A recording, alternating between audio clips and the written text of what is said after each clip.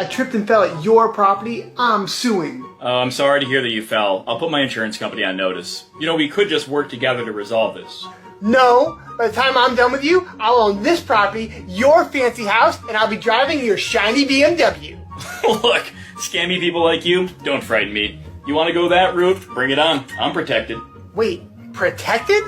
Yeah, I'm mortgaged. I'm insured. My property's in an LLC. You know, I knew how to do all this stuff because I followed Two Guys Take on Real Estate here and on YouTube.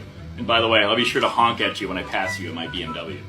Oh, this is a nice house. How much? $500,000. Oof, I don't know if I have that much. That's okay. You can pay 20% or $100,000 today and just pay the rest later. So 20% today, and how long for the rest? You can get a 15 or a 30-year loan. It's called your mortgage.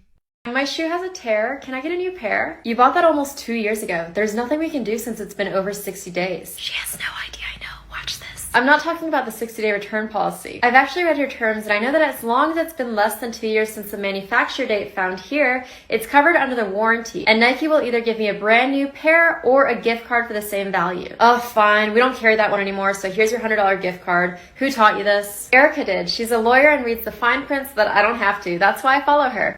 There, I'd like to cancel part of my car insurance, specifically the collision and comprehensive portion. It's no problem at all, sir. Do you mind if I ask why? Well, my car's paid off and it's older. Any incident that happens over my deductible probably isn't worth it to fix the car. That makes total sense. That's what a lot of our more financially savvy customers do because they know the real costs. Now, if I had a newer or more expensive car, it's probably not the best idea. But with my older paid off car, this is gonna save me $1,000 a year.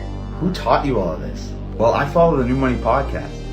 Buy the nicest house on the block. Instead, buy one that needs a little bit of work so you can buy it at a discount. Then you go to the bank and get what's called an FHA 203K loan, which means they will loan to you on the purchase price plus the cost of the rehab that's going to take to fix the property up. To qualify, all you need is a 2-year pay stub or W-2, a 600 credit score plus, and a 3.5% down. That's it. After you fix the property up, your once rundown house now worth as much as the nicest one on the block. And that is how you do it. Remember, if you want to get rich, think like an investor, not a homeowner. I just had a fire in my duplex and I need to file a claim. Not a problem. I'm setting up your claim. We're going to adjust it right out to you and make sure you get paid right away. All right, I got all my pictures. You should have a really good claim here. I'm going to get this right over to the insurance company to make sure you get paid right away. Hey, what's going on with my claim? It's been 2 months. Oh yeah, sorry. I see we tried to reach out to you.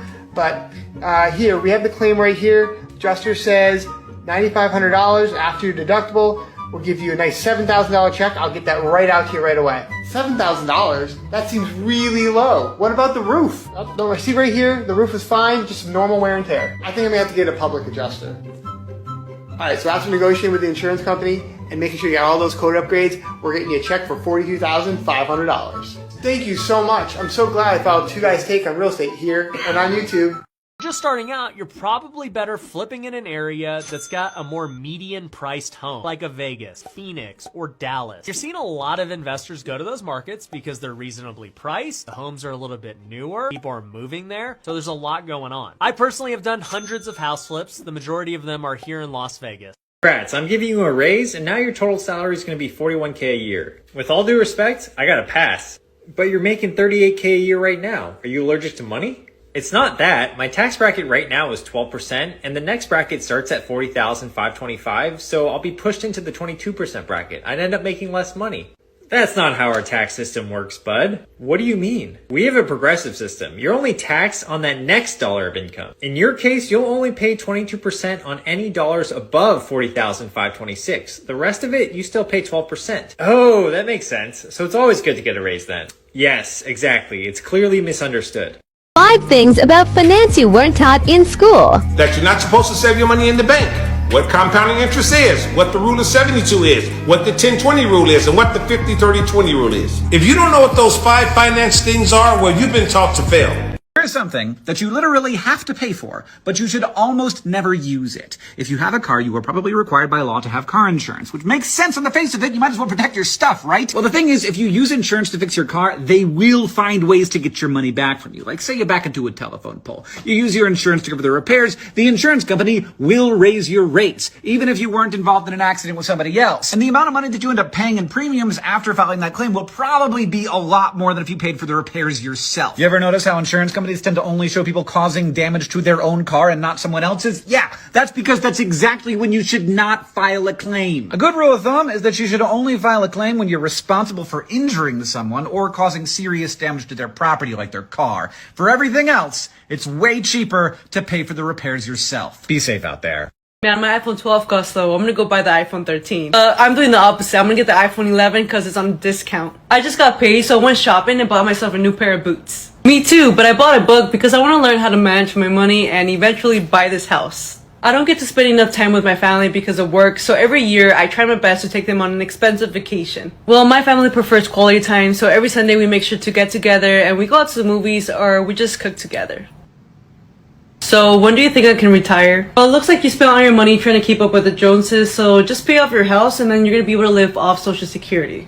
Here are 3 signs that you aren't ready to buy a home. Realtors and mortgage lenders are always encouraging people who are renting to buy homes, but let's be realistic. Not everybody is in position to purchase a home. And if you're someone that's on the fence about buying a home versus renting, especially in a crazy market like we're in today, definitely take these signs into consideration. The first sign, not having income stability. So if your pay is very inconsistent, if you're at a dead-end job, or if you're constantly hopping from one job to the next, that's a sign that you should not be buying a home. Second, living paycheck to paycheck.